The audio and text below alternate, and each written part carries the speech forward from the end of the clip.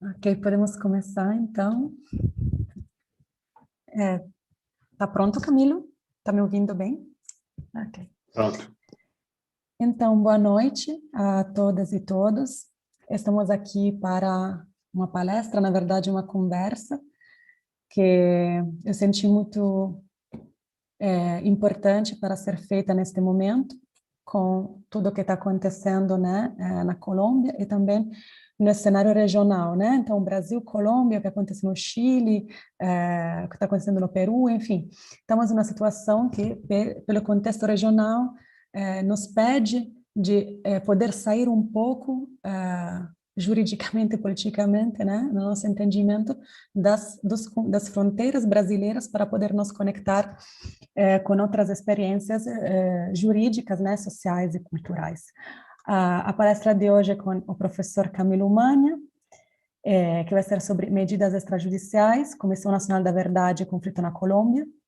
O Camilo, além de um grande amigo meu, que infelizmente não vejo presencialmente faz, acho, uns 10 anos, uma coisa assim, é uma pessoa, né, com um currículo que eu não vou poder resumir inteiramente todo aqui, mas eu vou só comentar algumas coisas antes de deixar a palavra para ele.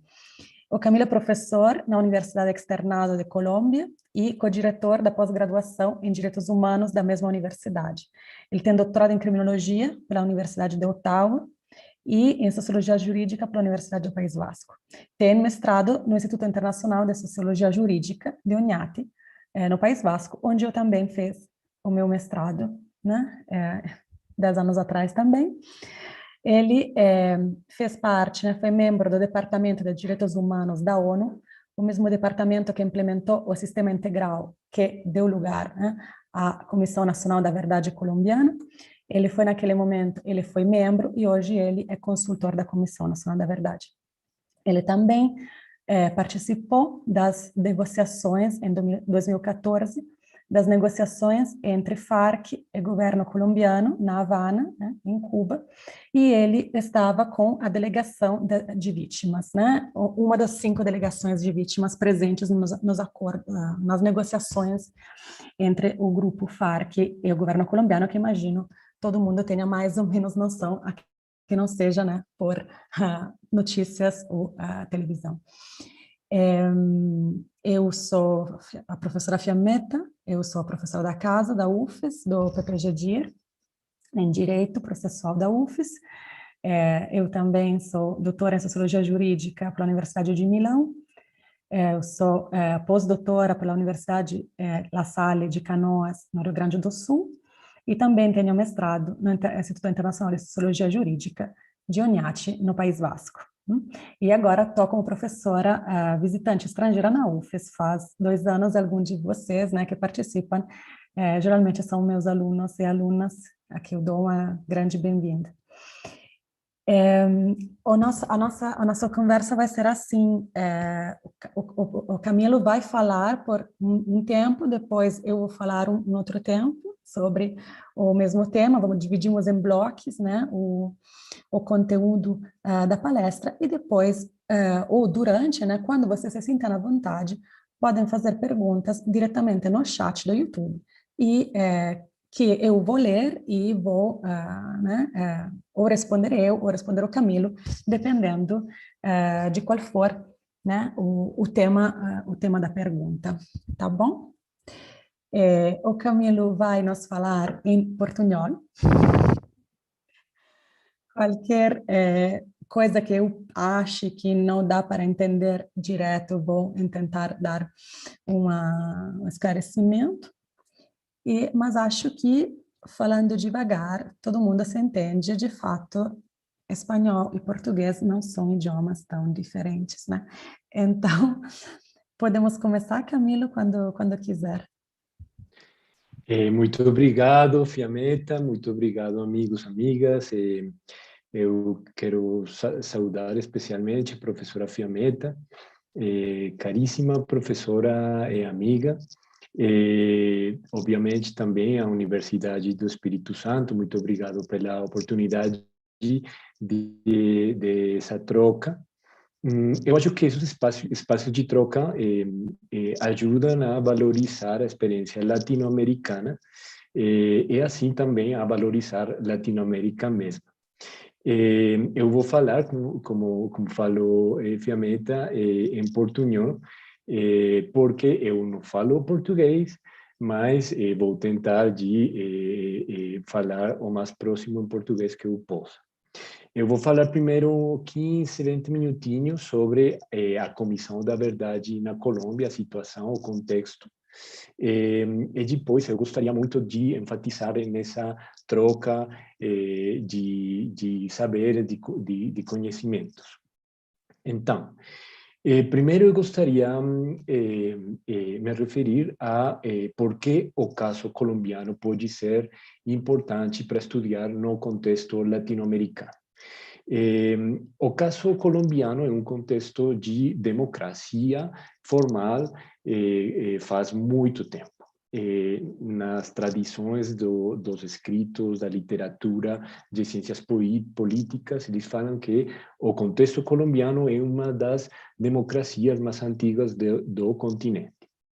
Isso quer dizer que a gente tem instalado um sistema eleitoral, um sistema constitucional faz muito tempo, e que a gente não tive um movimento muito prolongado de ditadura. A gente tive ditadura, mas não tive um movimento prolongado da ditadura militar.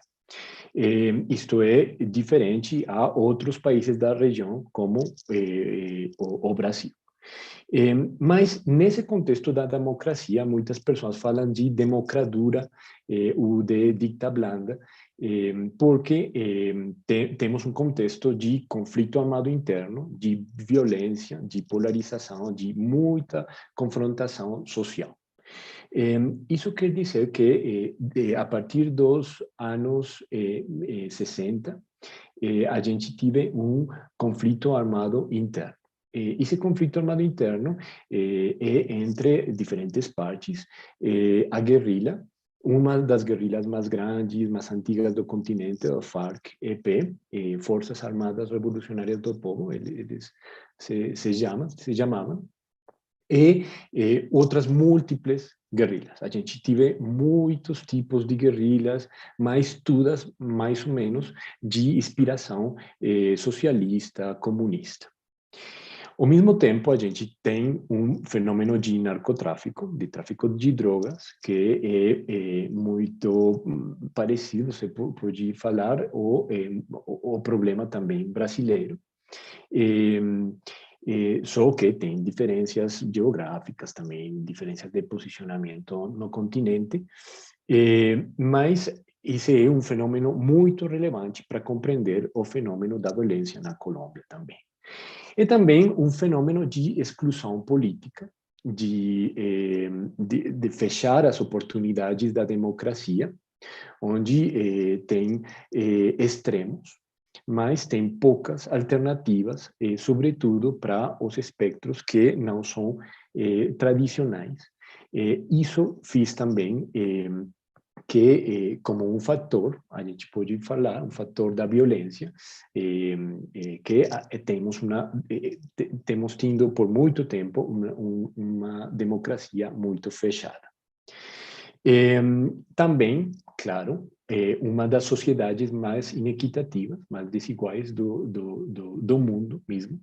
E isso faz não somente que temos diferentes acesso a recursos básicos, a socioeconômico, mas também a recursos culturais, educação, recursos também de outro tipo de capitais que são importantes para uma sociedade equitativa. Então, todos estes problemas, estes elementos têm existido na história da Colômbia e são origem do conflito armado, do tráfico de drogas, de outros problemas de corrupção, de violência sociopolítica. Então, isso está muito relacionado.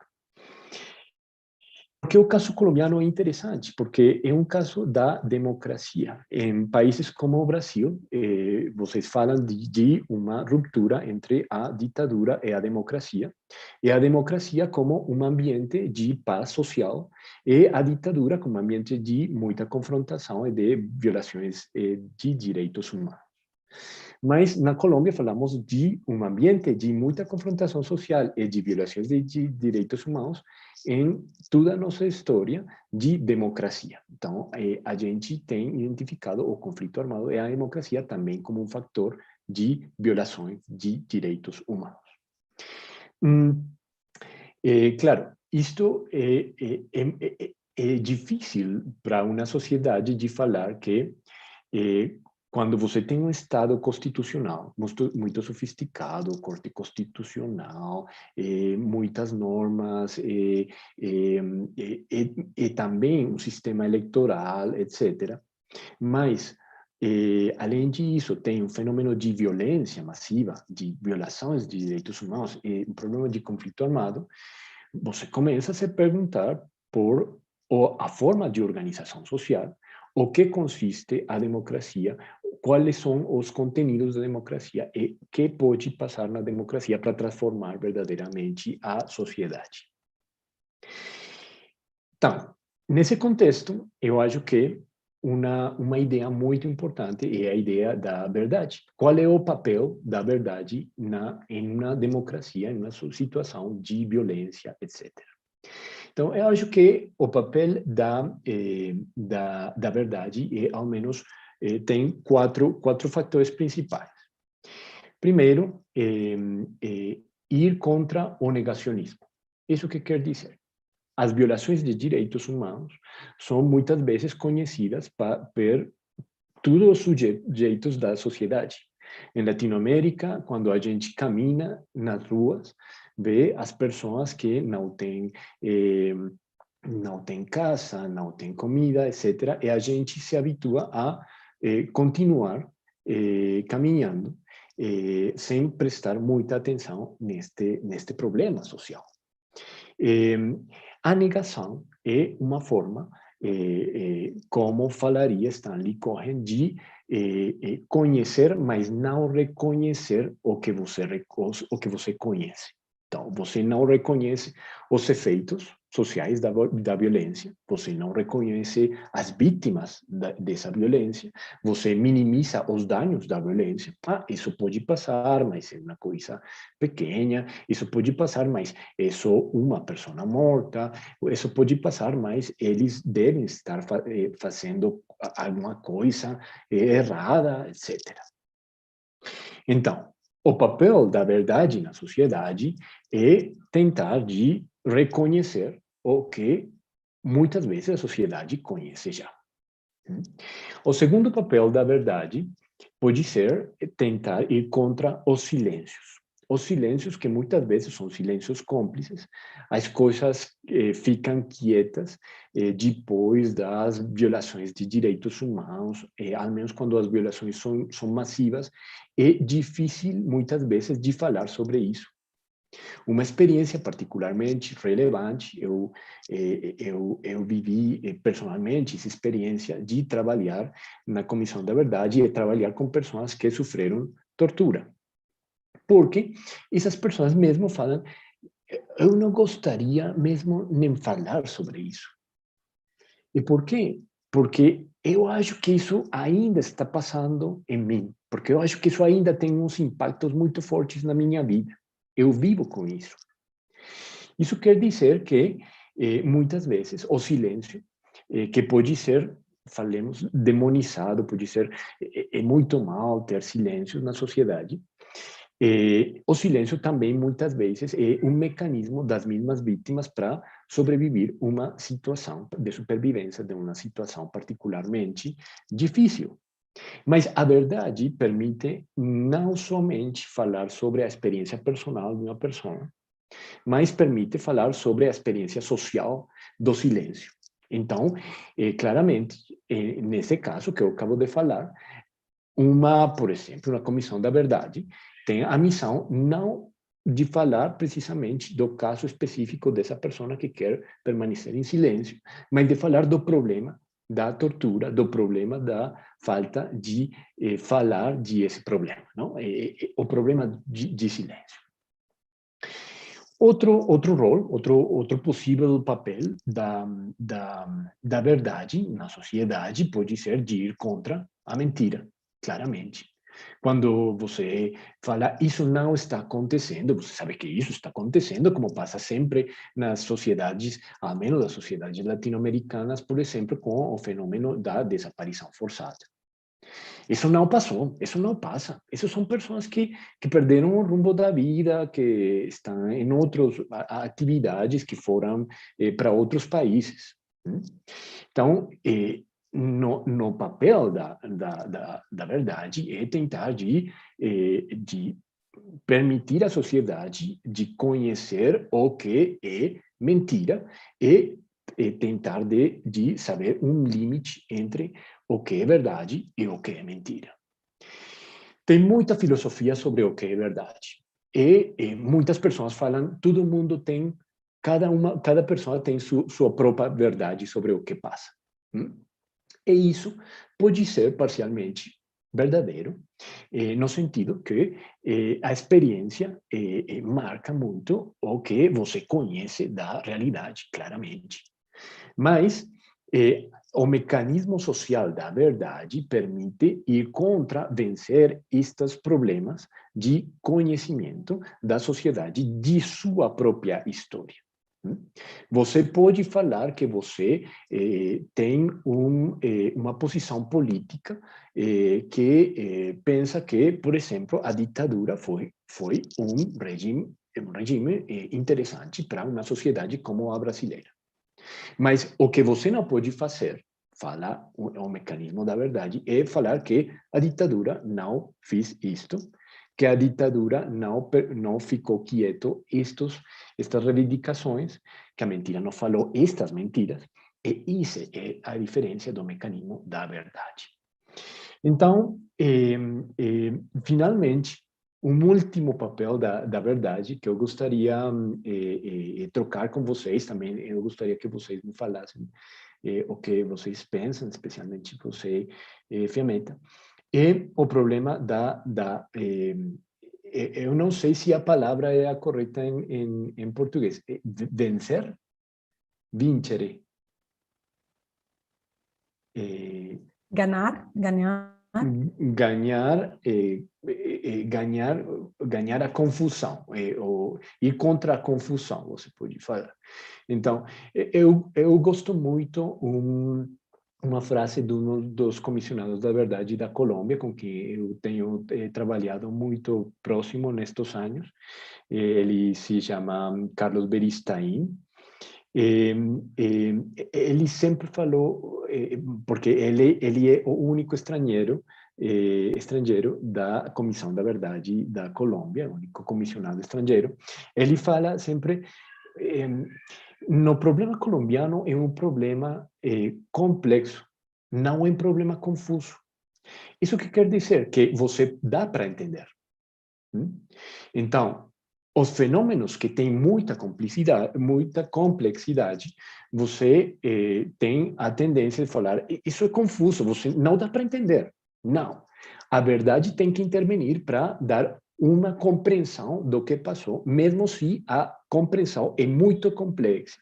Mesmo se a compreensão tem muitas verdades que não são confortáveis para a sociedade. Então, falando da verdade, claramente, por que uma comissão da verdade? Por que mecanismos para procurar a verdade? Então, primeiro, num conflito, ao menos, um conflito como o colombiano, você pode pensar que a verdade é não somente um direito das vítimas, mas um direito da sociedade, é uma reivindicação social. E isto foi muito importante no processo de paz entre a guerrilha das Farc e o governo colombiano, que passou entre mais ou menos 2012 e 2016, onde o governo e as Farc acordaram diferentes mecanismos para garantir não somente a verdade, mas também a reparação, a justiça, as garantias de não repetição das violações. Então, no processo de negociação na Havana, as vítimas falamos muito da importância da verdade. Então, mas por que vocês querem a verdade? Falavam muitas vezes os delegados, os negociadores. Queremos a verdade porque queremos saber. A gente tem a necessidade de saber o que passou com nosso familiar, o que passou com nosso amigo, o que passou com nossa comunidade, por que fizeram isto. Também a gente falou que a verdade era importante, porque permitia dar umas lições, uma aprendizagem social sobre como não voltar, não repetir os mesmos erros que permitiram tantas violações de direitos humanos.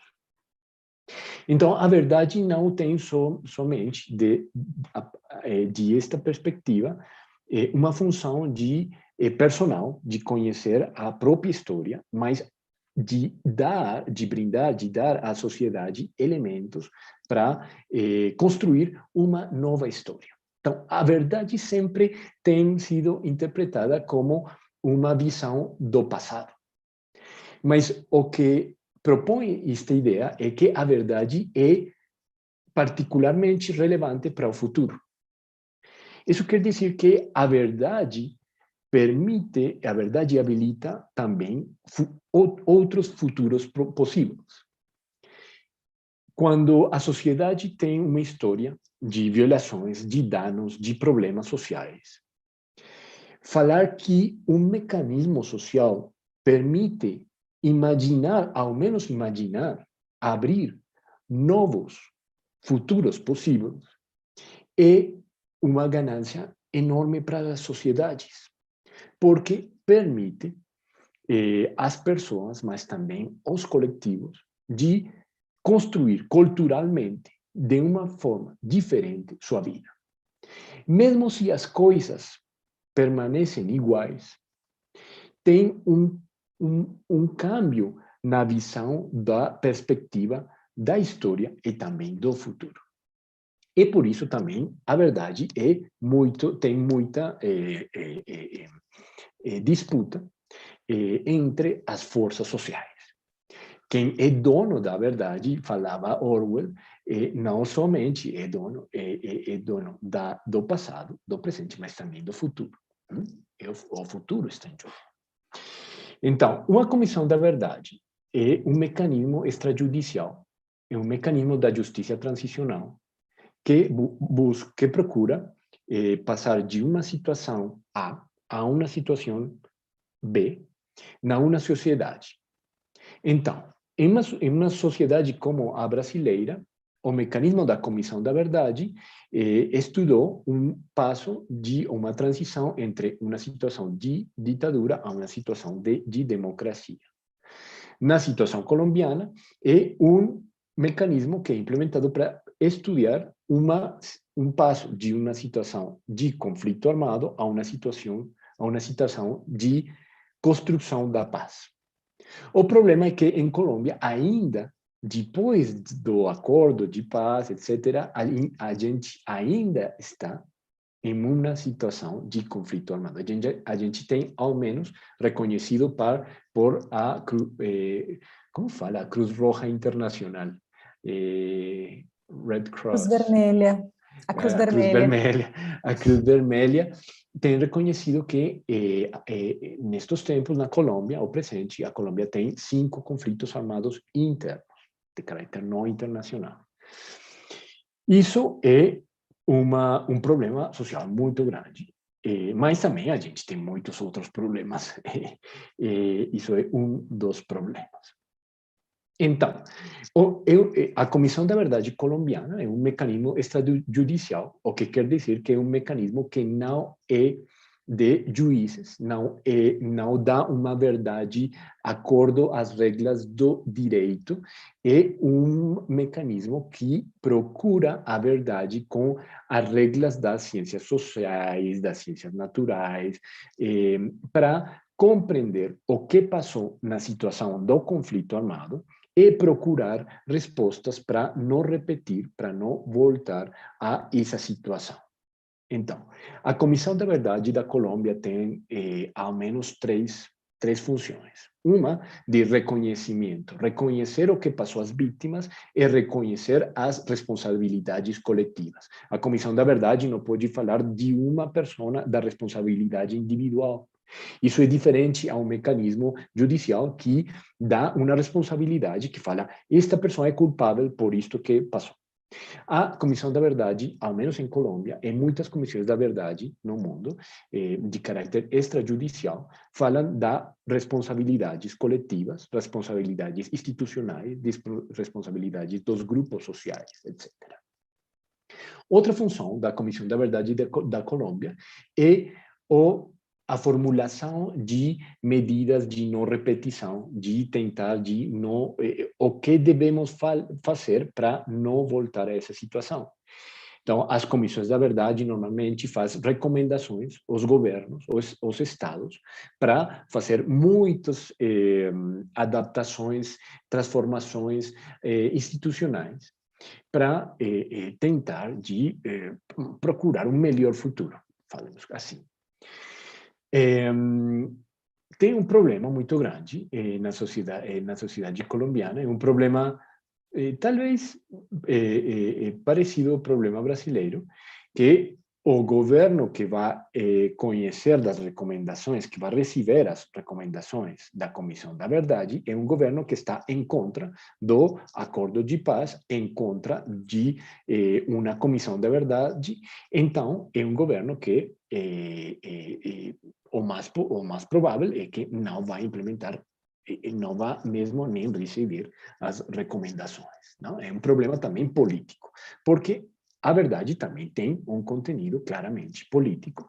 A verdade não é somente um problema de ciências naturais, ciências sociais, abstrato, é um problema concreto, onde as forças também políticas determinam muitas vezes os margens, os limites do que pode ser constituído como verdadeiro na uma sociedade. A verdade é também um problema político, claramente. E, como mecanismo extrajudicial, a Comissão da Verdade terminará su relatório, é a palavra em português, seu relatório final, em novembro de 2021. Eu fiz parte de um dos equipos, dos times da Comissão da Verdade, de pesquisa. Agora faço uma consultoria para a Comissão da Verdade. E o que posso dizer do processo é que é muito difícil, muito controvertido, muita complexidade, e é também muito difícil de falar sobre o que passou em um conflito armado de mais de 50 anos e que ainda está passando em um território como o colombiano. Eu sei que a Comissão da Verdade do Brasil também teve um período de pesquisa muito curto e também um período de estudo, falamos assim, muito comprido dos anos 40, ou seja, dos anos 40 aos anos 80, 46, eu acho, ao 88. Então, isso é um problema que é parecido ao problema colombiano. Na Comissão da Verdade da Colômbia é um pouco diferente a Comissão da Verdade do Brasil, porque a Comissão da Verdade do Brasil foi a presidenta quem falou quem iba a ser, quem eram os comissionados. Aqui na Colômbia, a gente teve um mecanismo de seleção para as Nações Unidas, que selecionou a pessoas que devem ser imparciais para brindar, para dar uma leitura do que passou no conflito armado. Bom, Eu não sei, eu posso dar muitos detalhes sobre o que passou, ou tem passado na Comissão da Verdade, mas eu não gostaria continuar, porque eu acho que é melhor uma troca. Então, eu gostaria parar aqui talvez começar a troca com ferramenta, com as perguntas também que tem da audiência e continuar assim. Obrigada, Camilo. Vou repetir só para as pessoas que estão ouvindo que podem colocar no chat do YouTube as perguntas que querem fazer sem medo, podem ser feitas a mim ou ao Camilo, e a gente vai responder, né? Ou durante ou no final, dependendo como for, né, a conversa.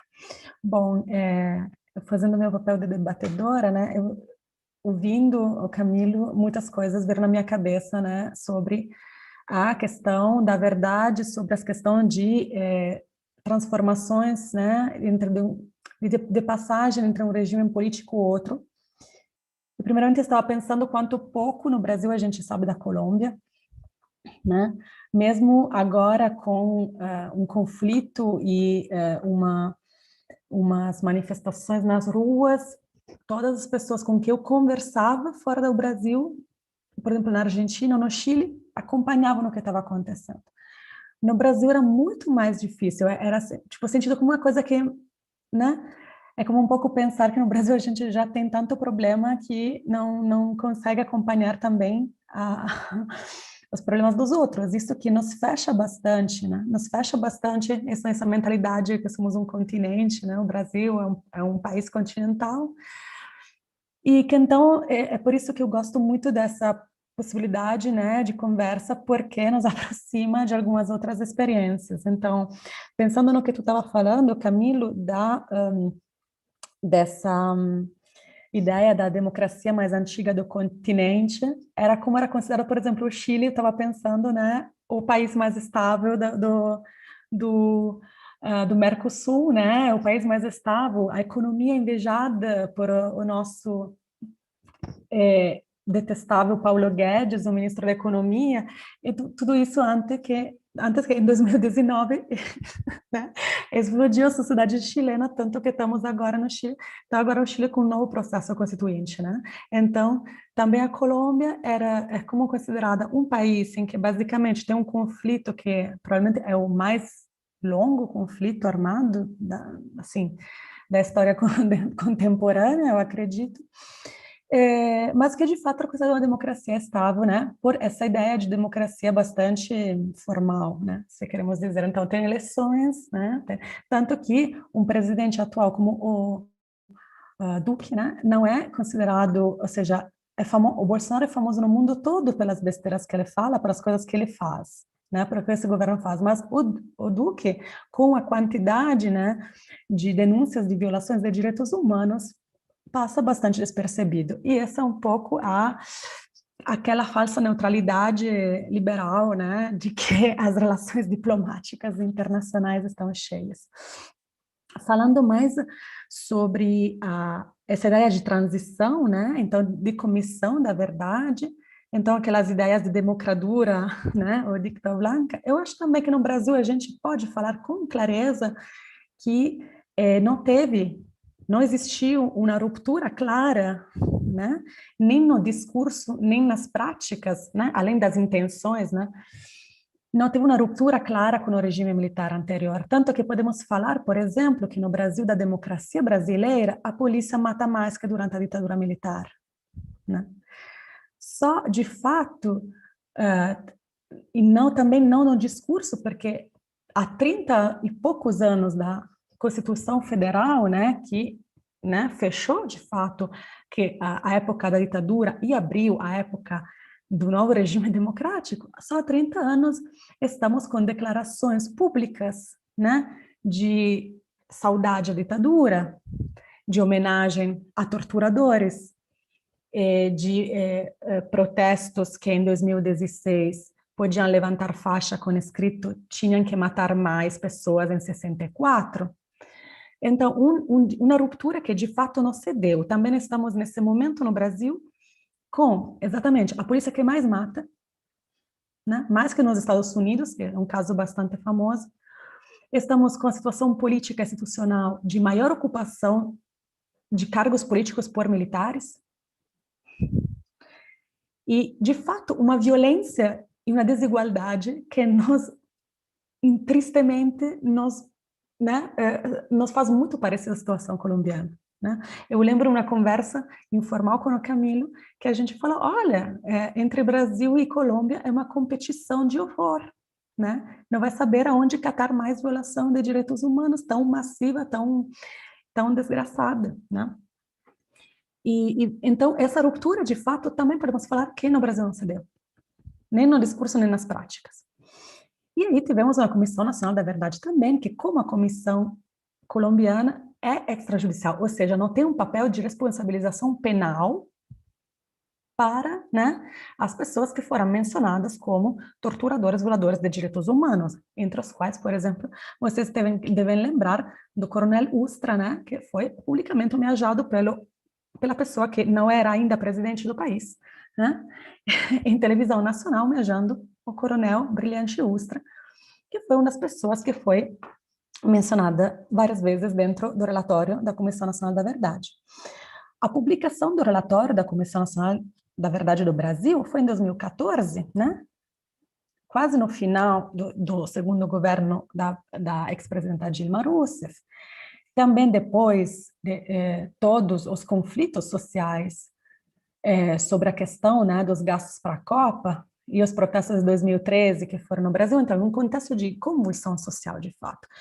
E esse relatório, a impressão que se tem é que, de fato, apesar do esforço, que foi um esforço de verdade, né, para usar esse termo que está muito presente, né, nessa fala de hoje, apesar desse esforço de verdade, de testemunha, sobretudo, né, dar a voz às pessoas que foram silenciadas por tanto tempo, comissão de familiares detenidos desaparecidos, pessoas que foram torturadas, mulheres que foram objeto de crimes sexuais por parte das forças de segurança pública da ditadura.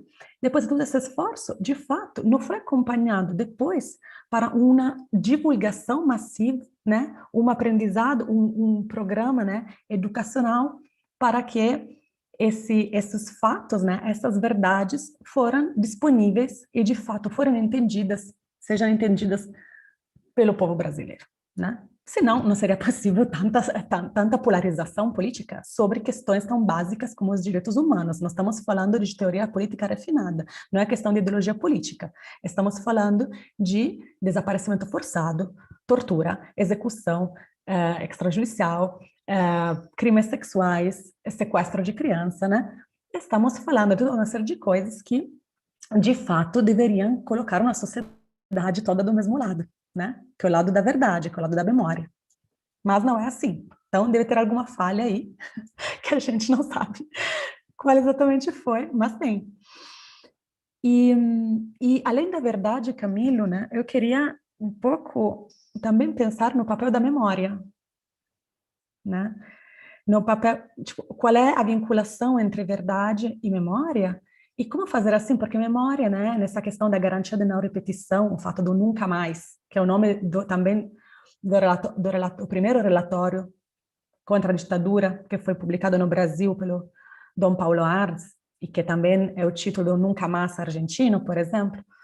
Mas essa memória, para que não seja uma memória institucionalizada só, uma memória cristalizada, né? Uma memória passiva, num certo sentido. Porque aquela memória que só fala do passado, uma memória que olha só para o passado. Não? Quando a gente sabe que a justiça de transição, de fato, tem que olhar para o futuro. E é nesse sentido que, como tu bem falou, se daria uma ruptura, né, com o passado. Né? No momento que se entende aquela vinculação entre conhecer o passado, né, para a transformação e para que a memória seja uma memória ativa, né? Então, estamos no Brasil nesse momento, na verdade não, desde os anos 90, com o esporte nacional preferido das forças públicas brasileiras, que é o massacre, a chacina, né? que não é mais contra, por exemplo, os opositores políticos clássicos, né, os sindicalistas, os universitários de classe média, geralmente, mas é contra parcelas da população periférica, negra periférica deste país, os povos indígenas, os militantes de direitos humanos e também de lutas socioambientais, que de fato nos faz dizer, se essa ruptura não se deu, significa que a nossa memória é falha, a nossa memória coletiva, como tu bem falou, não é só uma questão de memória, o que me aconteceu a mim, mas memória coletiva como comunidade, né, como povo, é falha e também não olha para os mecanismos atuais, né? É uma memória que está colocada toda naquele arco temporal, né, da ditadura formal, né, da ditadura cívico-militar formal. Então, se a minha pergunta, né, também a minha questão seria um pouco mais, e também assim podemos introduzir também os conflitos atuais, né, na Colômbia e de por que a Colômbia voltou a ser protagonista, né, do conflito político. Depois do Chile, começou com a Colômbia, foi tipo quase interessante essa passagem. Pensar, então, quanto a memória das violações passadas pode ter um efeito, um impacto, né, nas mobilizações, nos confrontos políticos atuais, né? Quanto o que aconteceu antes, que foi esclarecido, que teve comissão, que foi claro, né, teve verdade, quanto disso tem repercussão nos movimentos atuais. E gostaria de pensar isso a partir da Colômbia, em que estamos tendo já foi a greve, né? Greve é o paro em espanhol, uma greve longa, que começou com uma protesto contra uma reforma tributária, mas que de fato olha para vários aspectos da sociedade colombiana, e também eu gostaria, né, que isso seja conversado agora, que estamos o dia anterior ao segundo grande convocação de protesto massivo pelo impeachment do presidente Bolsonaro, que vai ser amanhã, né? Então, como os conflitos podem dialogar, atuais, podem dialogar com a memória e também podem dialogar entre si, né? Entre sociedades extremamente polarizadas e sociedades extremamente violentas, como são aquela brasileira e a colombiana, né? Então, sim, podemos passar para essa Sim, parte. eu acho muito interessante o que você falou, Fiametta, porque eu acho que a memória é uma das explicações, não somente da greve, das manifestações, mas também das reivindicações da possibilidade de imaginar um outro futuro, um outro projeto da vida. Eu gosto muito a similitude em português também, em espanhol, da palavra da memória com o verbo recordar, porque vem de voltar, e recordar vem de coração, voltar pelo coração as vivências, as experiências. Então, eu acho que a memória tem um grado de não somente racionalidade, mas também emocionalidade e toda a dimensão do que é uma pessoa, um ser humano, mas também uma comunidade.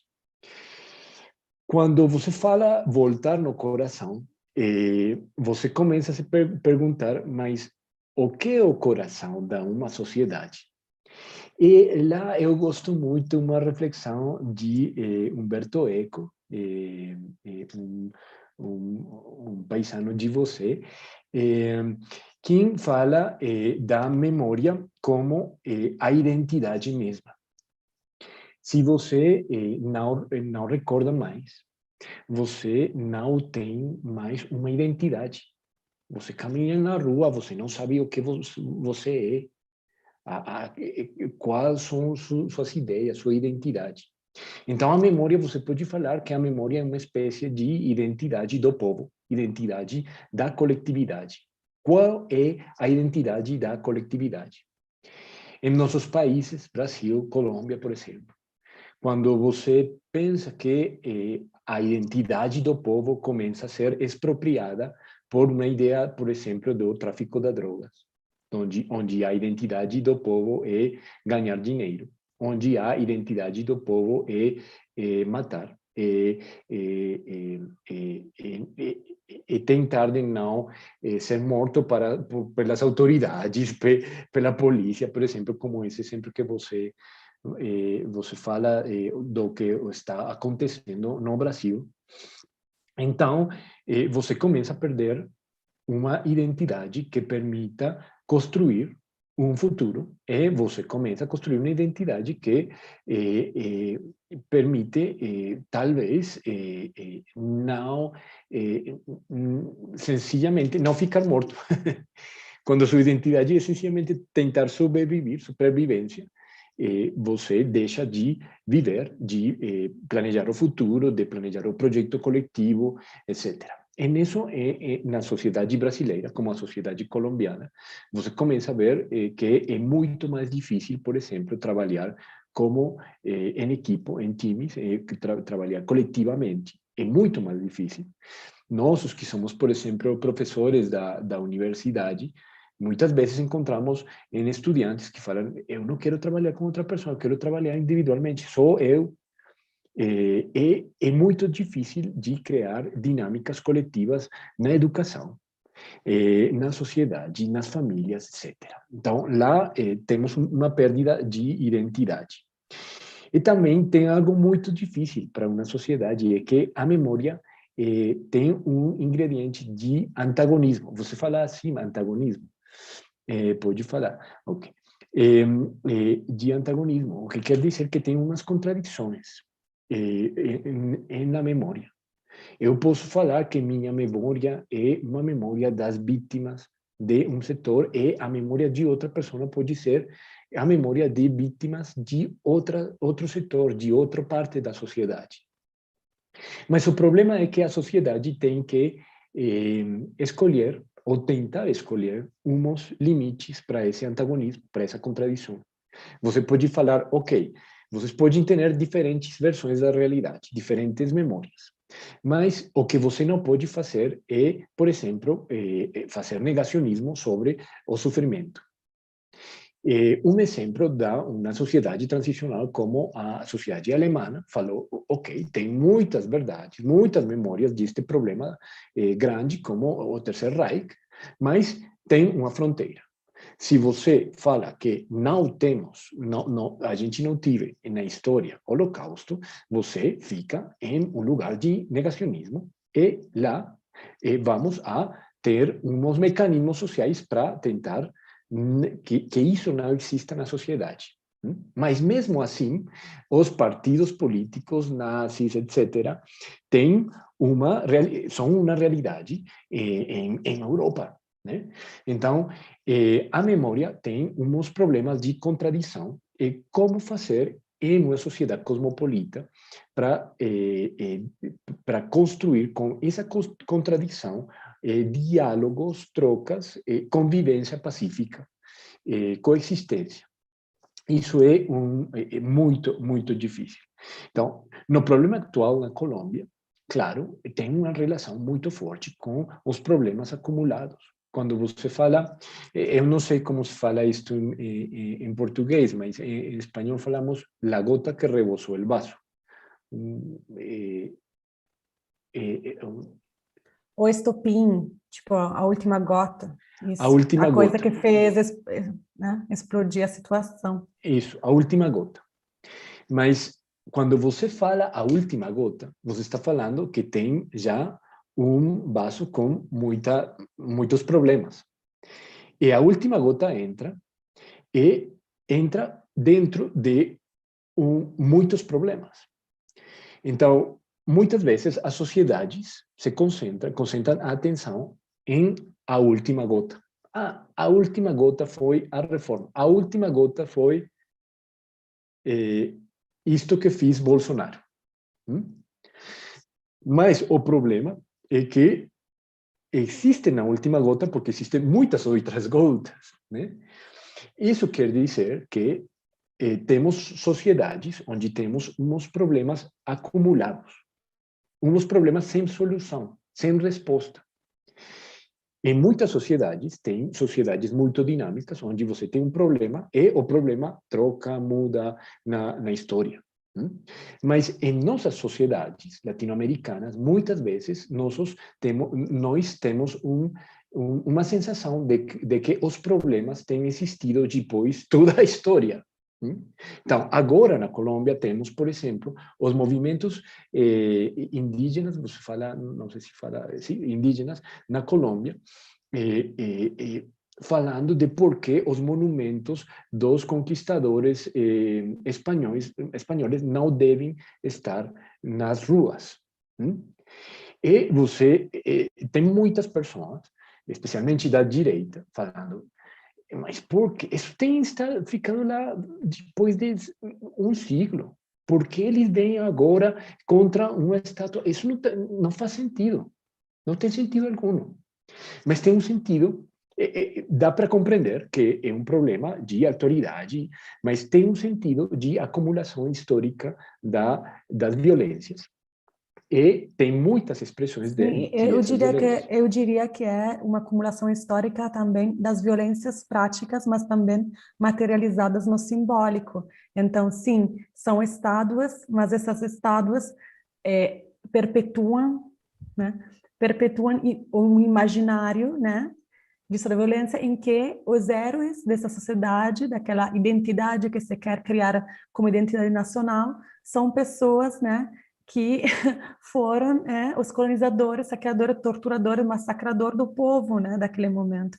Então, eu acho que muitas vezes você pensa que uma violência simbólica não seja tão forte como uma violência física, não é? Não é o golpe que te chega, mas é aquela presença cotidiana no imaginário coletivo pelo quais os heróis, os supostos heróis são torturadores. E eu lembro não lembro quem foi a fala, mas um artigo, uma notícia que falava não dá para construir uma identidade nacional sobre o genocídio. E pensar que essa sociedade não vai ser uma sociedade violenta. As nossas sociedades são sociedades extremamente violentas porque foram construídas com o sangue e com a violência e com o genocídio. Então, é como se a terra fosse cheia de sangue. Então, daquela terra é difícil que possa sair uma sociedade pacífica ou, né, sem disputa, né, sem conflito com o próprio passado, o próprio presente. Eu penso muito nesse sentido, com coisa da violência simbólica, né? Então, na Colômbia, eu acho que fizeram isso, e no Chile fizeram isso, nos Estados Unidos fizeram isso. Na Itália foi feito isso contra a estátua de um famoso jornalista, Andrea Montanelli, que fazia parte das tropas fascistas de colonização e que ele reivindicava o fato de ter praticamente estuprado uma menina africana de 12 anos, né? Então, sim, por anos estiveram lá.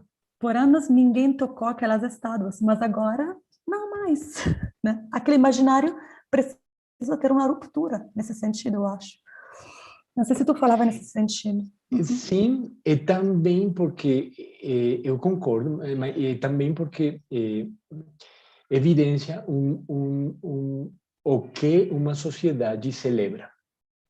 E isso é muito importante para nossas sociedades, uma sociedade como a brasileira e a colombiana, que adora a festa, que vive em torno à festa, à celebração. As estátuas mostram o que uma sociedade celebra como o modelo da vida, o modelo de como fazer as coisas. Então, também essa construção do passado ensina o que a gente pode celebrar e o que a gente não celebra, que vidas celebrar. É isso, quando você fala de que vidas podem ser celebradas, você também fala de que vidas, como fala Judith Butler, ou que vidas não merecem ser celebradas não merecem ser também não choradas quando passa alguma coisa, né? Então, claro, quando você fala o conquistador é o que é celebrado, você também está falando o indígena que foi assassinado, não merece ser celebrado, e mesmo não merece ser chorado, e não merita ser chorado, e isso é importante, uma fronteira do que é simbólico. Muitas vezes, claro, estas ideias mais simbólicas permitem a compreensão, mas também mobilizam muitas das ações da sociedade, das reivindicações sociais, etc. Então, isso explica também muito bem os movimentos, o que está acontecendo na Colômbia, porque não é somente uma reivindicação dos indígenas sobre as ditaduras, mas também uma reivindicação dos jovens, porque não tem futuro, não tem trabalho, não tem dinheiro, não tem casa, não tem estudo, não tem universidade, não tem nada para fazer, tem somente violência, tem somente repressão. Então, os jovens ficam sem oportunidades e sem futuro. Uma geração que imagina sua vida sem futuro, desvaloriza o que sua vida pode valer na sociedade. Fica mais fácil prescindir, eliminar essas pessoas. E quando você fala que uma sociedade está deixando sem futuro os jovens, você pensa que qual vai ser o futuro mesmo de supervivência física de uma sociedade? O que vai sobreviver? Qual é o problema em uma sociedade assim? É por isso que, na Colômbia, a gota que chegou foi a reforma tributária, a reforma dos impostos. E o governo teve que falar, ok, a gente não vai fazer uma reforma. Depois, a reforma no sistema da saúde. E o governo teve que dizer também, teve que falar, ok, não temos mais a reforma da saúde. E depois, é assim, tras outro, dos problemas. Então, temos um acumulado de problemas históricos. E isso faz que nós, nas sociedades latino-americanas, sejam muito, não sei se essa é a palavra em português, voláteis, sim, voláteis. Dá para entender, eu espero. Tem muito movimento, mas não chegam a se transformar. Eu sempre penso, muitas vezes, em Latinoamérica, sobretudo em Colômbia, claro, como esse negocinho que fica nos espaços abertos, que é um negocinho que é fixo e que vai com o vento, que vai muito rápido. Mas essa coisa não tem um movimento. Fica no mesmo lugar, movimentando muito rápido, muito rápido, forte. Mas você sempre sabe que você vai encontrar essa coisa nesse mesmo lugar. Então, isso é uma sensação de não temos futuro. Isto pode se movimentar muito. A gente pode ter governos de diferentes tendências, mas a gente sempre fica na corrupção, a gente sempre fica na desigualdade, a gente sempre fica nos mesmos problemas, né? Esse sentimento, essa percepção, é uma percepção que não é uma percepção precisamente mentirosa, mas é uma percepção de frustração, de um problema do futuro também, de como planejar como coletivo uma vida social. Então, eu acho que lá temos um problema muito importante no continente, especialmente na Colômbia. Obrigada. Eu vou te fazer algumas perguntas, uma que eu quero te fazer, depois algumas outras perguntas que surgiram aqui do público. Okay. A minha pergunta é sobre a escolha de medidas extrajudiciais, né? Então, a escolha que fez o Brasil, a Colômbia, por razões, né, que a gente não vai apurar aqui todas, né? Porém, de não seguir com a responsabilização penal, como, por exemplo, pode ter sido a escolha argentina, né? Então, temos né, o Brasil e a Colômbia decidiram fazer comissões de esclarecimento da verdade, parecidas com aquele da Guatemala, né, do El Salvador também, porém que não vai para a persecução penal. E muitas análises, muitas leituras também dos alunos, né, das alunas, das pessoas que vêm aquilo falam, tá, o problema todo, a gente está nessa situação desgraçada, é porque de fato nunca foram punidos, né? E então, a minha pergunta é, quanto, de fato, para ti, né, na tua opinião, a impunidade penal, ou seja, a escolha para não seguir a via criminal, né, influencia, né, o negacionismo também, por exemplo, né, que relação tem. Tu quer que eu te faça várias perguntas ou tu quer responder cada uma? É como você quiser. Bom, então eu prefiro que sejam... pode responder a minha por última, Ok. ok? Eu vou te fazer primeiro, então as do público.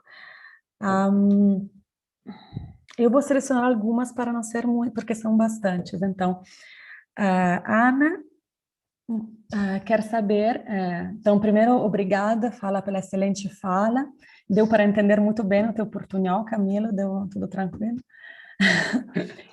Ela gostaria de saber algumas fontes independentes de notícias, né, sobre o que está acontecendo na Colômbia, porque justamente ela fala aqui no Brasil a gente não sabe, não chega muita notícia, né? Então, como fazer para acompanhar? Isso, se quiser, é uma pergunta bastante direta, se você já tiver alguma indicação de leitura, pode responder. Ninguém. Não existe Isso é fonte muito independente difícil. entre a Colômbia. Não, temos muitos meios alternativos de comunicação, tem notícias que falam, notícias Canal 1, canal, esse tipo de coisas. Também tem prensa escrita, que tem coisas Você interessantes. escreveu para algum jornal? Eu lembro, Eu escrevi também, El às vezes Espectador. escrevo para Espectador, escrevo para Razão Pública, escrevo para alguns, tipo isso, mas é muito difícil de se informar corretamente. Eu acho que o que é mais importante muitas vezes é não ficar com não sei se fala assim em português, conjuntura, o problema muito atual, Sim. mas A é importante emergência.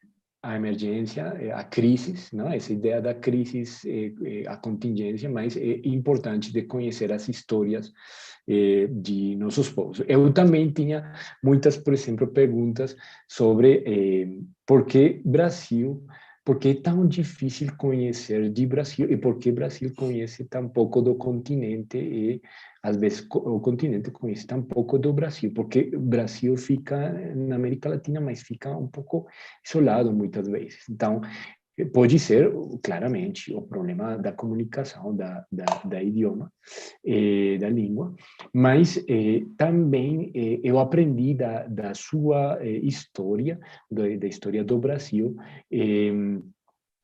a ideia o diferencial da ideia de colonialismo, o problema de imigração, que é bem diferente de outras sociedades. Então, eu acho que a gente deve procurar aumentar a troca entre os países latino-americanos para se compreender melhor, para compreender melhor a conjuntura, para compreender melhor a crise, porque a gente é muito parecido, mesmo se a gente não fala a mesma língua, mesmo se a gente tem outras músicas, outras costumes, a gente é muito parecido. Então, é importante de compreender nossa história. Então, eu falaria outra coisa. Se é um conselho que eu posso dar, eu falaria, por que a gente não para de olhar as notícias mais conjunturais e começa a fazer uns estudos dos problemas sociais e ler os escritos, os estudiosos do que passa nos nossos países com a história. Acho que a gente tem que começar a ir nessa direção. Sim, então eu acho que tem vários jornais que podem ser, a gente nombrou alguns, como, né, Razão Pública, Espectador, tem alguns das redes sociais que podem ser úteis com emergentes médios, né?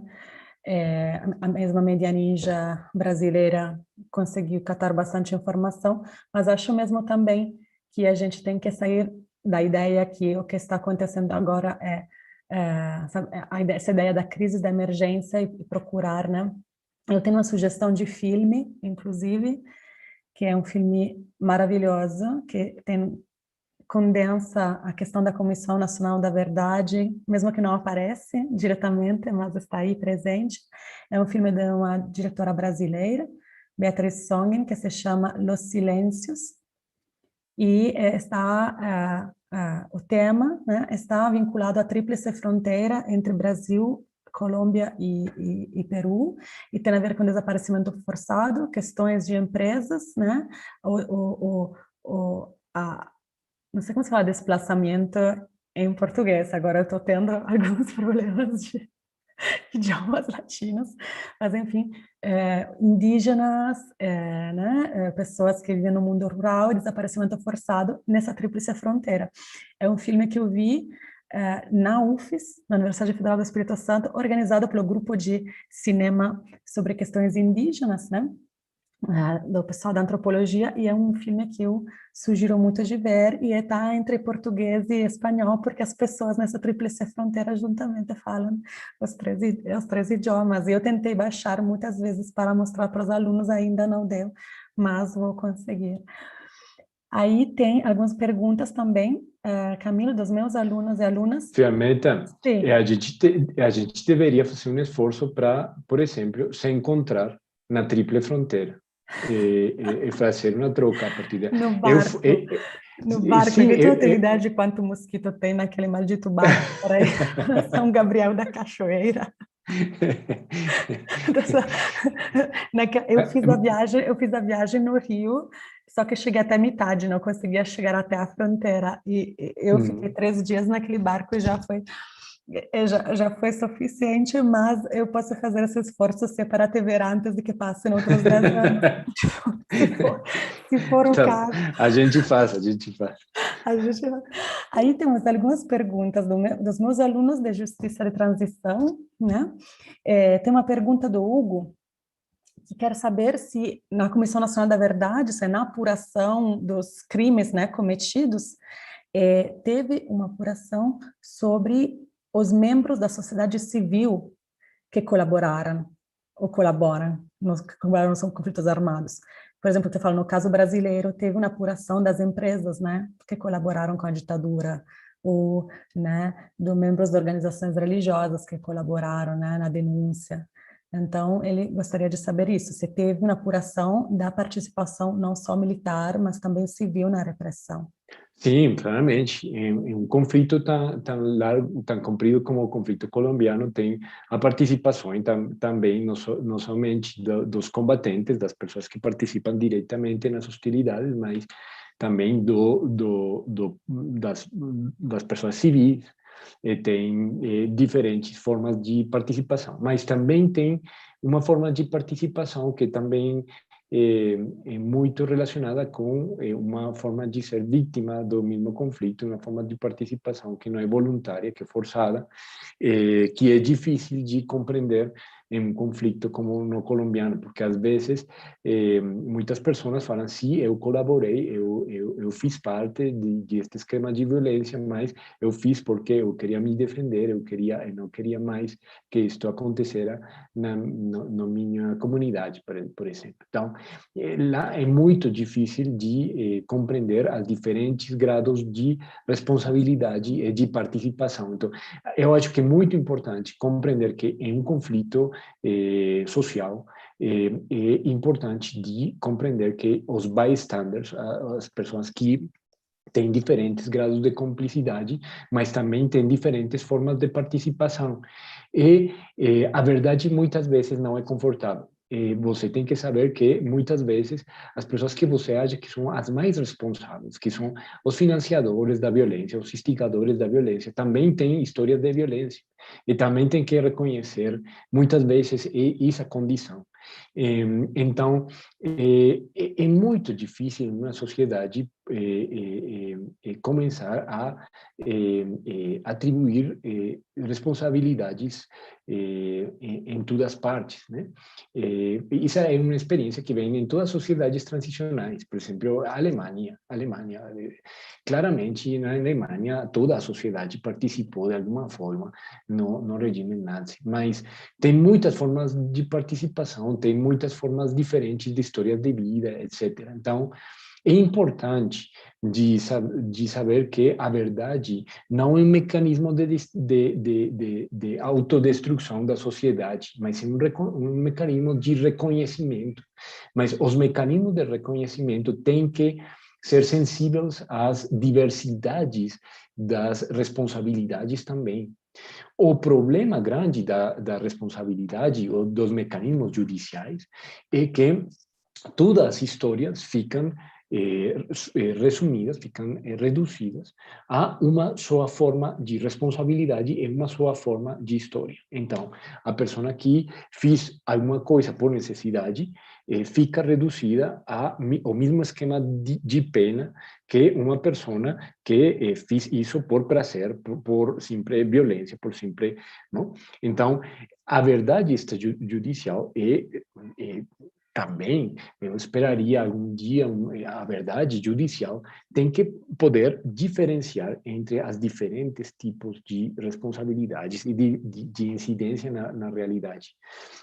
Mas a Comissão Colombiana também está estudando as diferentes complicidades, participações da sociedade civil, de diferentes atores, que é muito difícil. Em nossos países, por exemplo, as igrejas, a religião, mas também as empresas, mas também os partidos políticos, mas também o mesmo futebol e esporte. Não? Em todas as partes você pode fazer uma leitura do que passou.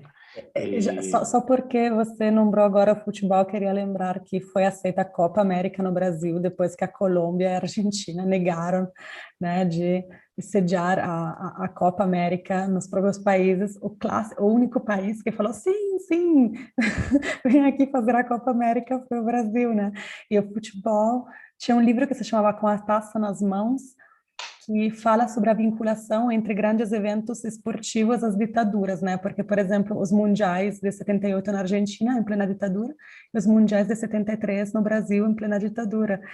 Então, essa vinculação, tipo, se falar pão e circo, né? Que às vezes, para maquilhar, né, uma situação de graves violações de direitos humanos, se dá algum evento, né, que anime, né, as pessoas, né, que faça parecer que está tudo normal. Isso também tem a Sim, ver. mas Femi, é muito simples, muito simplista de falar que o futebol é o responsável das grandes violações Não, de direitos. Você claro, não pode falar isso, mas não. você pode tentar compreender o que foi o papel, o rol do futebol em esse contexto. Então, é isso que é importante, é isso que muitas vezes é difícil, e isso também tem uma relação com sua questão sobre os mecanismos judiciais e extrajudiciais. Porque muitas vezes os mecanismos judiciais reduzem a uma só forma de atenção aos problemas sociais, a prisão. A responsabilidade penal é a prisão.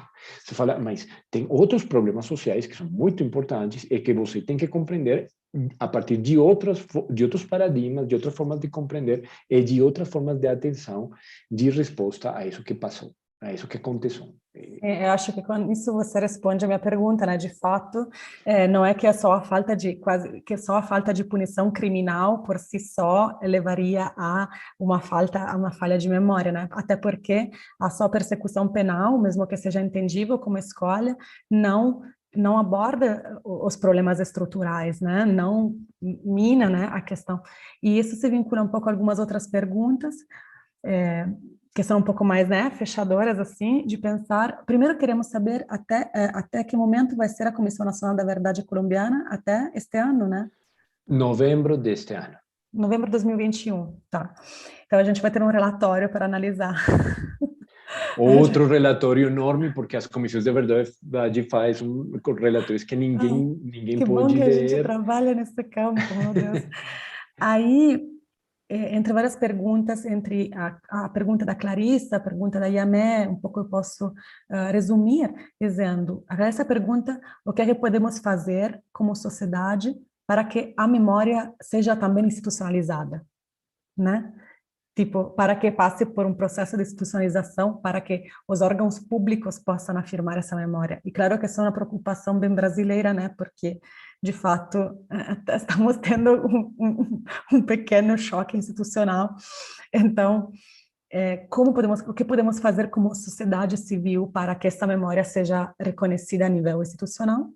E também, então, isso se vincula à ideia do que qualifica uma política pública transicional bem sucedida, então exitosa, ou seja, o que é que tem que ser feito para que de fato... Tu pode responder que se a gente soubesse, a gente não estaria aqui. A gente seria Não, político. mas o que pode ser um mecanismo bem sucedido é uma discussão, eu acho que é muitas vezes uma discussão que tem sido respondida como um problema de comparação internacional. Então, se você faz isto que fiz Sudáfrica, você está fazendo algo que vai bem. Se você fez isto que fiz Argentina, você está fazendo bem, porque é os passados que você pode compreender, você pode aprender desse passado. Mas eu acho que é um problema muito mais contextual. Por quê? Porque muitas vezes os conflitos têm umas estruturas muito particulares, que não precisam, por exemplo, uma comissão de verdade. Muitas vezes os conflitos não precisam de anistias, não precisam de um tribunal ad hoc, não precisam de alguns mecanismos especiais. Eu lembro muito esta anedota de Pablo de Greve, que é colombiano, é antigo relator da Verdade e Justiça, Reparação das Nações Unidas. Ele falava, olha, eu cheguei como um relator a um país africano. Eu não vou falar no país, ele fala. E cheguei, eu tive uma reunião um encontro com o presidente da República. Ele falou, ok, e agora eu vou apresentar a você, senhor relator, ou a comissão de verdade que a gente vai adotar. O relator, Pablo, falou, mas, vocês vão fazer uma comissão da verdade. O presidente falou, isso não é o que a gente tem que fazer. E o relator falou, não é um problema de uma fórmula, é um problema do conflito que você tem. Então, eu acho que isso é muito importante para compreender a lição, o que pode ser bem sucedido na justiça transicional. É um problema muito contextual. É um problema contextual que tem estándares internacionais, claro. Não é um problema aislado. É um problema que tem estándares internacionais. Então, você pode falar, tem bem-sucedido segundo os estándares internacionais? Sim. Mas, no contexto, tem passado alguma coisa? Não.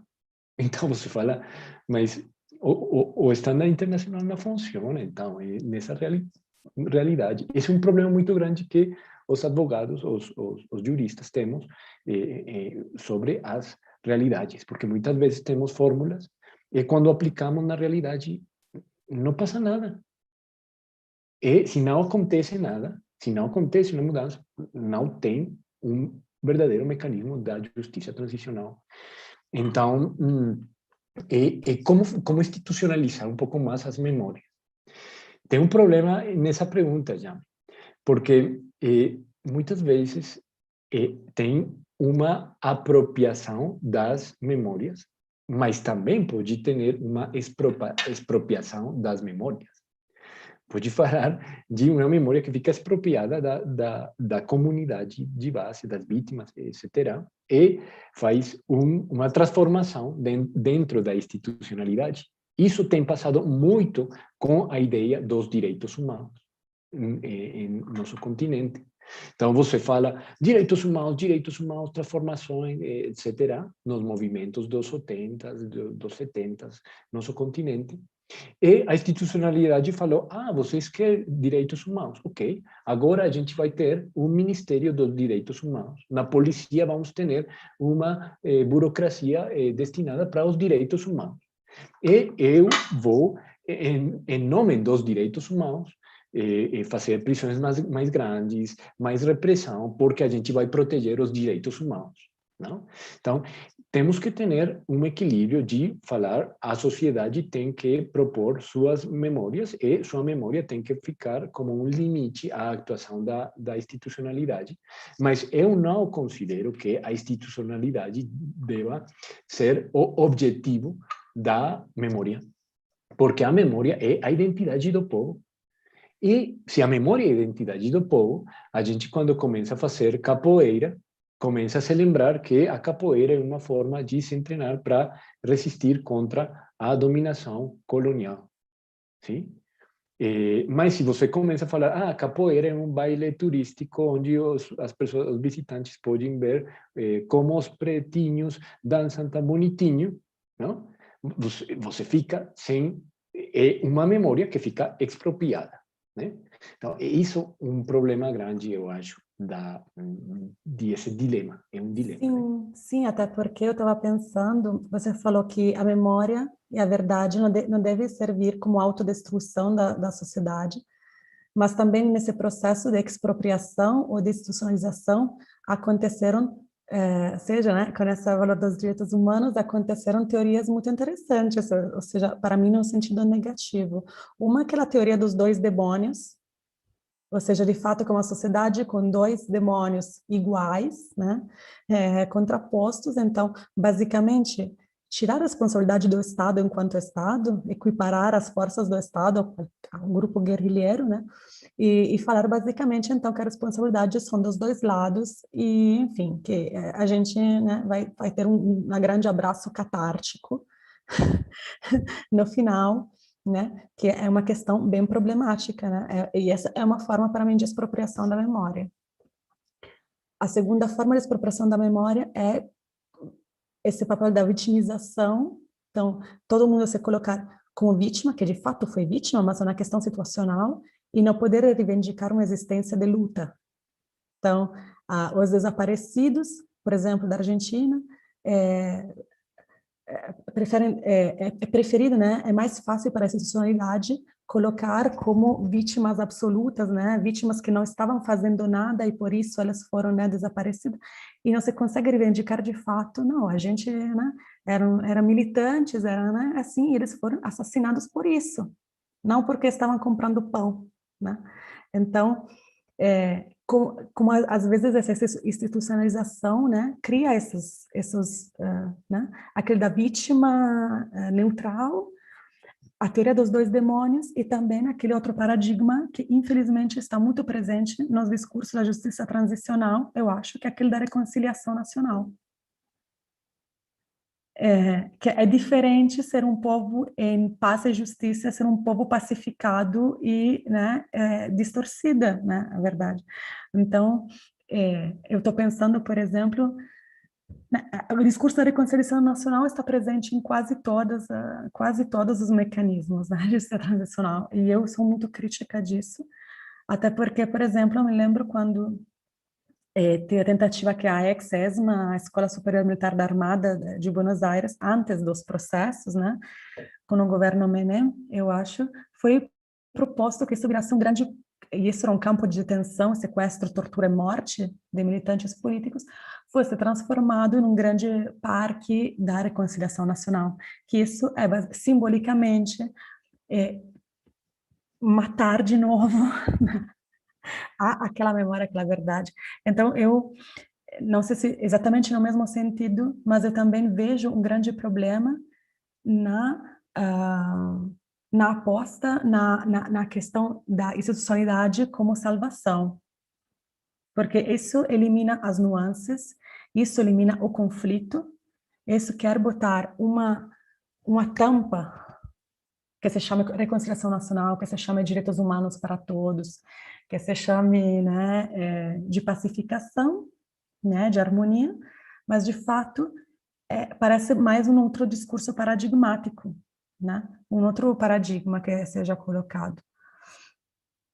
E a Ana também pergunta nesse sentido, já que a gente também, você colocou a questão dos parâmetros internacionais, de quais eu quero dizer, na Colômbia, durante a greve, no paro, estamos vendo agora várias denúncias de desaparecimentos forçados, de torturas, de crimes sexuais, de morte, e está tendo alguma atenção da Corte Interamericana. Vamos lembrar que o Brasil já foi sentenciado diferentes vezes pela Corte Interamericana sobre questões da ditadura e sobre questões de violência policial, e nada aconteceu, exatamente como o Camilo estava falando aqui, né? Depois a gente tem todo aquele belo pacote jurídico e nada absolutamente acontece. E a Ana pergunta se tem uma relação, o que é que você acha sobre a relação entre imperialismo e atuação dos organismos internacionais diante da violência contra os manifestantes. E ela justamente, ela recoloca essa questão que eu estava tentando dizer, que é como nessa expropriação da memória também é um apagamento dos conflitos sociais, uma visão moralista da violência e de quem tem o poder de usá-la legitimamente. Perguntas complexas. Isso é mesmo engraçado, porque tem muitas contradições lá. Então, tem os países do norte que vendem as armas para a polícia, vendem uma série de armamento, e depois falam, mas vocês não utilizam o armamento, e não utilizam assim. Então, utilizam um pouquinho menos letal. Eu di para vocês para que vocês solamente matar algumas pessoas, mas você está matando a muitas, né? Então, lá tem um discurso que é difícil de compreender, né? Depois também você tem os movimentos das vítimas de direitos humanos, que claramente são muito críticos sobre o imperialismo, sobre a intervenção estrangeira na soberania nacional. Mas também quando você tem problemas com o seu governo, você começa a falar, e os Estados Unidos não poderiam intervenir um pouquinho para melhorar a situação, Biden não pode se pronunciar sobre este problema, a União Europeia não poderia nos falar alguma coisa para nos ajudar, né? Então, e muitas vezes, quando você está... Ou tentar pedir a intervenção da Corte Penal Internacional, por exemplo. Por exemplo,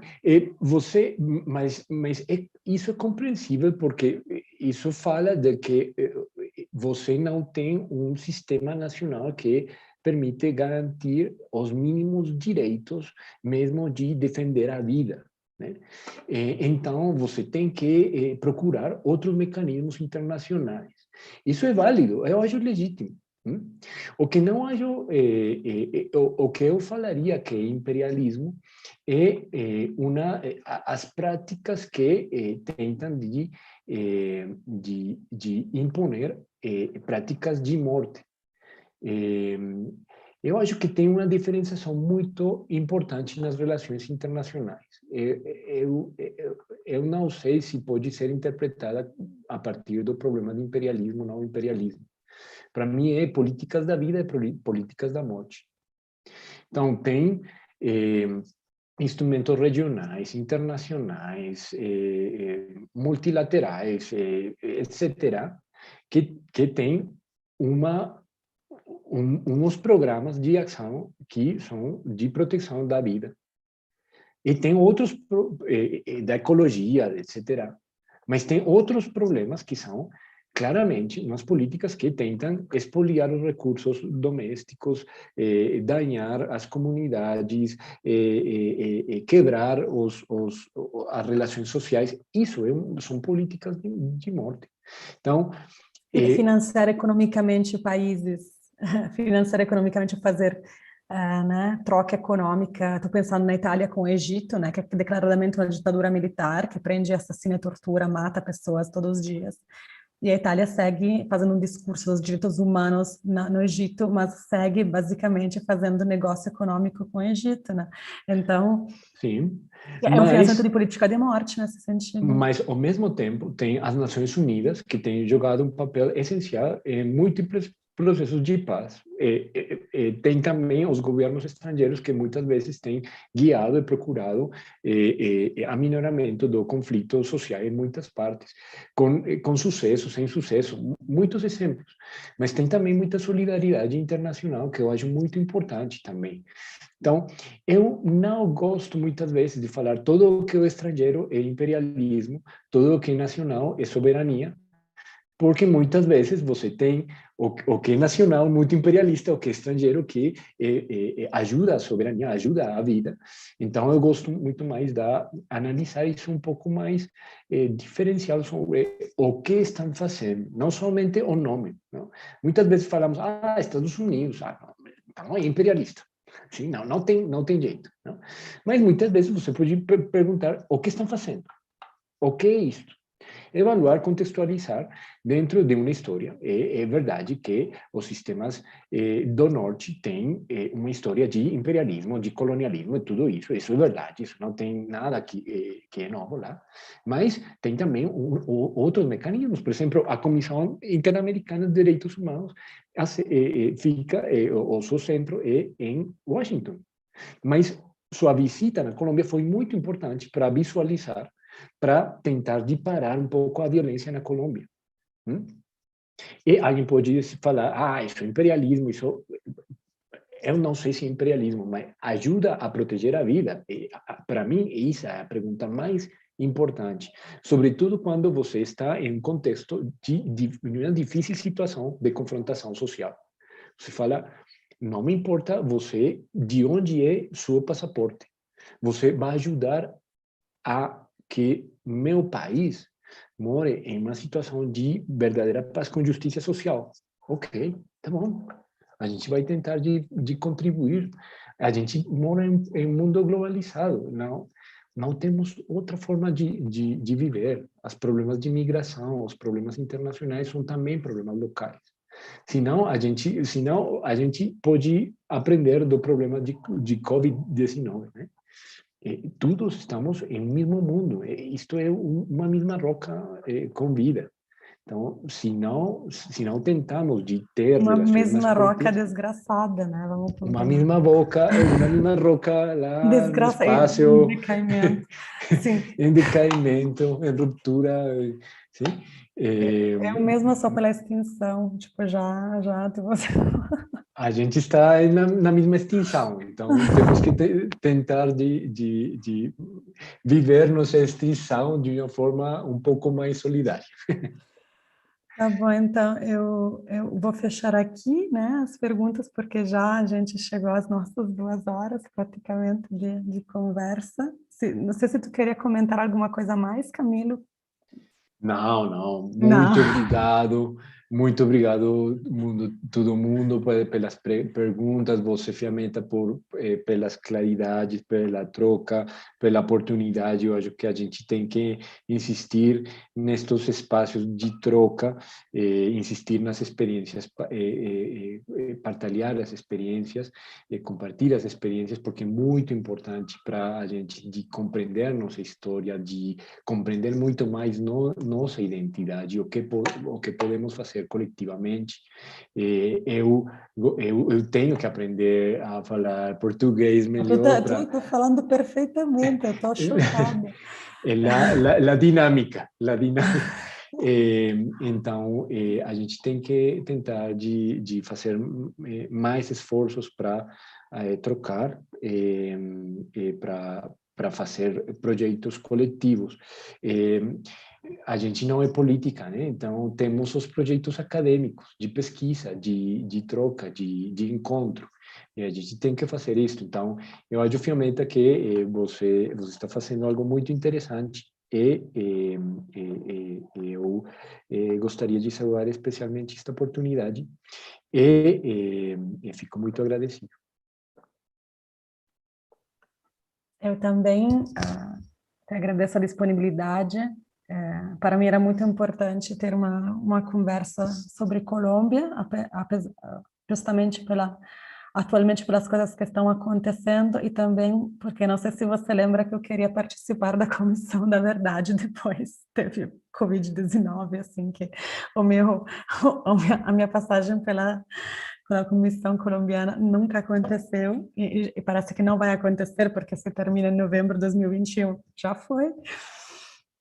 Mas eu gostaria mais que a gente pudesse sempre ter esses momentos acadêmicos, que também tem a ver com momentos fora da academia, né? Porque a gente não é só disso que vive, né? Assim, claro, a gente habita esse espaço acadêmico e a gente não nega esse espaço acadêmico. Eu me reconheço como professora, como acadêmica, mas isso não significa, e você também, que isso resume, né, a nossa ação ou inação no mundo, né? E nessa tentativa, igual sempre, que as coisas, que a gente possa dizer de fato, né, nunca mais, de verdade, né, que não seja só um nunca mais formal, né, porque as coisas nunca vão voltar exatamente da mesma forma, né, os golpes militares dos anos 70 não vão ser os mesmos de agora, não vai ter as mesmas formas de repressão, mas a gente tem que saber reconhecê-las, tem que saber coordenar ação, tem que saber dialogar com as pessoas, ter uma forma, né, de partilhar vivências e possibilidades de fazer algo, porque eu acho que o que a pandemia nos jogou para baixo é essa sensação de impotência, né? De fato, uma coisa que parece, e posso falar não sou brasileira de cidadania, mas moro no Brasil faz vários anos, e essa sensação de impotência nos está jogando em uma apatia coletiva, que é o contrário do que sempre foi o Brasil, que apesar do 500 anos, né, de desgraças e massacres, sempre foi um povo que afirma a vida, né? Sempre foi um povo que afirmou a vida, apesar dos governos, apesar da morte imposta, né, pelas autoridades, sempre foi um povo. E eu espero que, apesar desta fase terrível, né, um pouco longa para ser uma fase só que caracteriza o Brasil, que caracteriza a Colômbia, de toda essa desgraça surja mais consciência, menos apatia, né? Como falavam, menos rivotril na água do povo, né? E mais capacidade né? de se juntar para mudar as coisas sem demagogia, sem fáceis simplismos, sem necessidades de achar o salvador político, né, o caudilho da hora, né, porque essa visão teológica também da política, a esquerda ou a direita não está ajudando em nada, ninguém vai nos salvar, não vai chegar ninguém que vai salvar, o Messias não vai chegar, o que tem, existemos nós, né? Então, a institucionalidade é só um dos caminhos. O direito é uma ferramenta, não é um objetivo. Isso que eu tento sempre, né, lembrar nas minhas aulas. Então, eu te agradeço muito, estou muito feliz de ter encontrado, ter ouvido, né, uma tua palestra. Espero muito de poder de novo ver-nos, né? A gente inclusive vai se ver nas jornadas de sociologia da Universidade de Buenos Aires em novembro, mas sempre também de forma assim, home office. Mas, assim, eu agradeço também a presença, a ajuda do Fernando, né, de toda a secretaria do PPG-DIR, para me ajudar nessa organização, e todas as pessoas que nos ouviram até aqui, que não sei quantas são, mas eu agradeço cada um delas, tá? Muito obrigada, Camilo. Obrigado, abraço grande. E felicidades de papá. Muito obrigado. Bye. Tchau, tchau, tchau.